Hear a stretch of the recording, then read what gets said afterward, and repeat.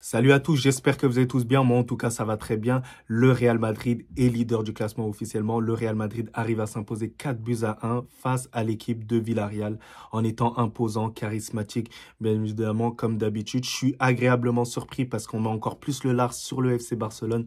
7 points d'écart et on met encore plus de pression sur des équipes comme Gérone.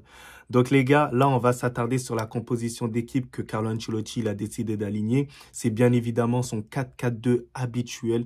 Il a été fidèle par rapport à ça. Et j'ai l'impression que la mayonnaise, elle est en train de prendre. Donc au cage, il a décidé d'aligner Lunin. Et pour moi, c'est le meilleur choix actuel.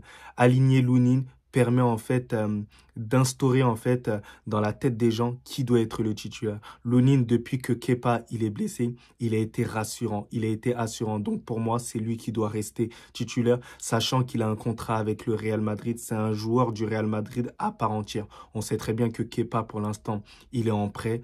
Voilà, juste pour remplacer Thibaut Courtois. Mais Kepa a été blessé. Lunin a été bon. Donc Lunin doit rester. Donc en défense centrale, il a décidé de mettre Alaba, Rudiger, Lucas Vaquette à la place de Carvajal, parce que Carvajal il s'est blessé, il sera normalement de retour pour la Super Coupe. À gauche, comme d'habitude, Mendy qui monte de plus en plus en puissance. Le quatuor, Modric, Toni Kroos, Bellingham et Valverde, comme d'habitude. Et en pointe, c'était Rodrigo et Brahim Diaz. Franchement, incroyable cette composition. Et ça s'est vu lors de cette première mi-temps. J'ai été agréablement surpris par rapport au jeu employé. Vraiment, le Real Madrid a mis une forte pression à Villarreal. C'est ce qui a déterminé en fait la suite du résultat. Parce que les joueurs de Villarreal, j'ai l'impression qu'ils étaient totalement tétanisés, paniqués. Et c'est comme ça qu'on a réussi à inscrire le premier but. Et moi, ce qui m'a surpris encore beaucoup plus, c'est que Lucas Vázquez, il arrive à se mettre à ce niveau-là. Certes, Carvajal, il a affiché un bon niveau depuis le début de la saison, étant l'un des meilleurs latéraux au monde actuellement. Mais Lucas Vázquez, il a été extraordinaire. Il a été auteur de l'avant-dernière passe décisive lors du premier but et de la passe décisive sur Rodrigo avant la mi-temps. C'est incroyable ce qu'il a réussi à réaliser. Donc la première passe, l'avant-dernière passe décisive qu'il arrive à donner à Modric et le but sensationnel que Bellingham il arrive à mettre, c'est du Lucas Vázquez. Donc Lucas Vázquez, dans tous les cas, il fait partie de mes tops. Aujourd'hui, ça bouge pas. On doutait énormément de lui. Est-ce qu'il allait être au niveau? Mais sur le plan défensif, sur le plan offensif, il a été présent aujourd'hui. Et je voudrais parler du passeur décisif, hein.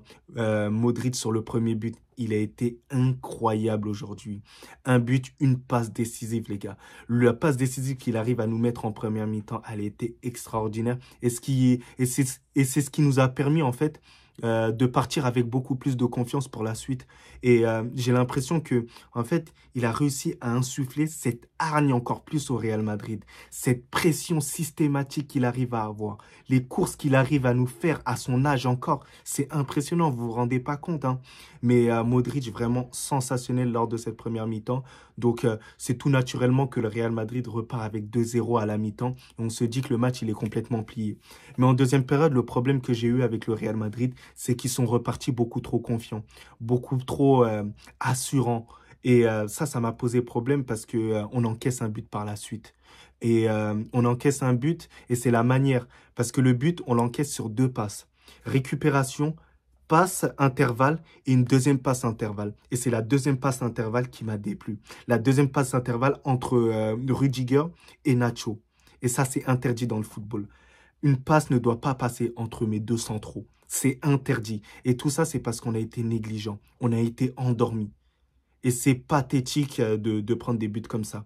Mais après, ça va nous servir de leçon. Parce qu'on s'est vu trop beau. On s'est vu trop au-dessus du lot. Certes, on était au-dessus du lot. Mais on devait encore plus achever. On sait très bien que le score de 2-0, bah, contre des équipes beaucoup plus fortes, s'ils mettent 2-1, bah, l'ascendant psychologique fait que eux nous mettront la pression. Et c'est sur ça que j'ai eu peur tout au long du match.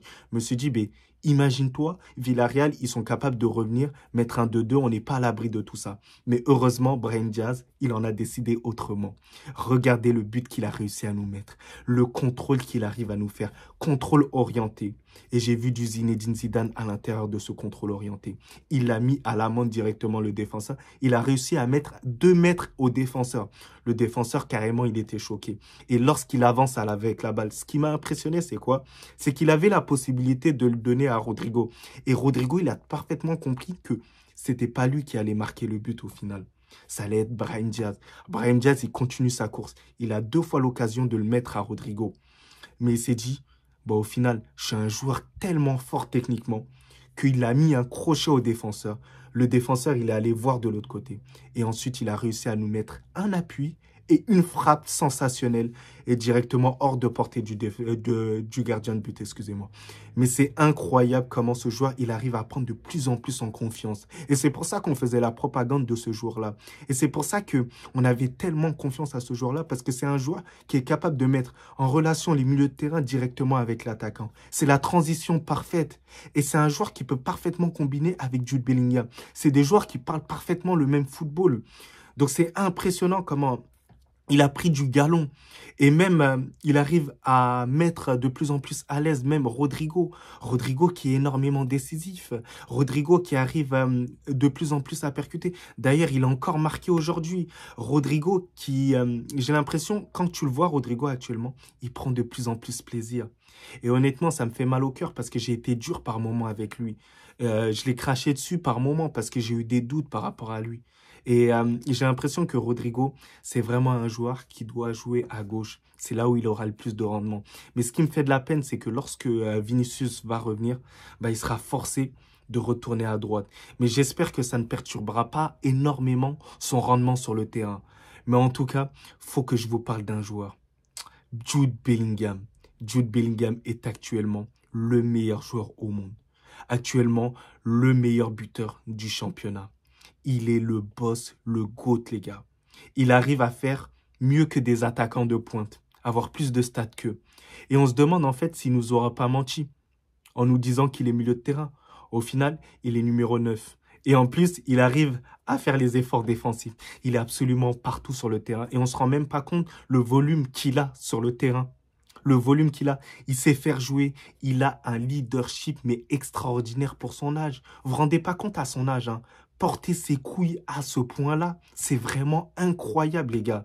Et il arrive, en fait, à assumer son statut. Classico, il assume son statut. Ligue des Champions, il assume son statut. Liga, il assume son statut. C'est l'un des meilleurs transferts que le Real Madrid a réussi à réaliser. Et quoi qu'il en soit, le Real Madrid, pour moi, en fait, arrivera tout simplement à comprendre que Bellingham doit être sa star primaire et n'a pas besoin de Kylian Mbappé. En tout cas, j'espère que ce soit Carlo Ancelotti, que ce soit notre président Florentino Pérez, j'espère qu'ils ont compris que, honnêtement, le jeu doit tourner vraiment autour de ces joueurs-là. Sachant qu'il y a aussi Arda Güler qui va venir. Donc, il faut voir par rapport à tout ça et surtout aller, pourquoi pas, chercher un attaquant de pointe. Vraiment spécifique en pointe. Je pense peut-être à un Erling Haaland. Je pense peut-être à un Osimhen. Je pense peut-être à des joueurs en fait beaucoup moins connus. Peut-être à un Isaac par la suite. Mais en tout cas, le Real Madrid, honnêtement, pour l'instant, depuis qu'il y a des blessés, tout ça, de plus en plus de blessés, je vous cache pas que c'est beaucoup plus agréable à voir. Mais en parlant de blessés, on va parler un peu d'Alaba. Alaba, franchement, je suis hyper inquiet par rapport à sa situation, sa blessure au genou. Franchement, ça fait pas énormément plaisir parce que Alaba, c'est un joueur que j'apprécie énormément. Il a cette capacité, il est capable d'accélérer pour pouvoir couvrir par moment Rudiger. Et je suis pas trop inquiet au niveau de la profondeur par rapport à lui. Mais là, sa blessure au genou, honnêtement, elle rassure pas énormément. Tous les joueurs se sont inquiets. Tous les joueurs, ils se sont rassemblés autour de lui. Et on savait très bien que ça allait pas être bon. Il y a un aspect un peu négatif parce qu'il y en a certains qui m'ont dit que c'était les ligaments. Donc là, pour l'instant, il n'y a pas pour l'instant de communiqué officiel. S'il y a un communiqué officiel, bah, je ferai une vidéo par rapport à Alaba. Il n'y a pas de souci par rapport à ça. Mais pour l'instant, on espère encore que ce soit pas trop grave. Parce que Alaba, malgré que, je vous cache pas que son match, il est pas fameux aujourd'hui. Hein, parce que avant ça, faisait énormément d'erreurs, ou il se faisait systématiquement passer. Heureusement qu'il y avait un Rudiger très solide derrière, un milieu de terrain assez cohérent au niveau de la récupération du ballon, un Valverde énormément actif, parce que Valverde, c'est incroyable le travail dans l'ombre qu'il fait, et ça, il faut le souligner énormément, parce qu'on l'oublie systématiquement, et surtout qu'il représente un peu le Real Madrid, c'est vraiment mon chouchou. Mais bon, Alaba, pas très bon en ce moment, mais Alaba, ça reste quand même l'un de nos meilleurs centraux, ça reste quand même l'un des plus expérimentés, donc ce serait embêtant de le voir indisponible tout au long de la saison, et franchement, j'espère qu'il arrivera à se rétablir. Donc en tout cas, les gars, dites-moi en commentaire vraiment vos tops et vos flops.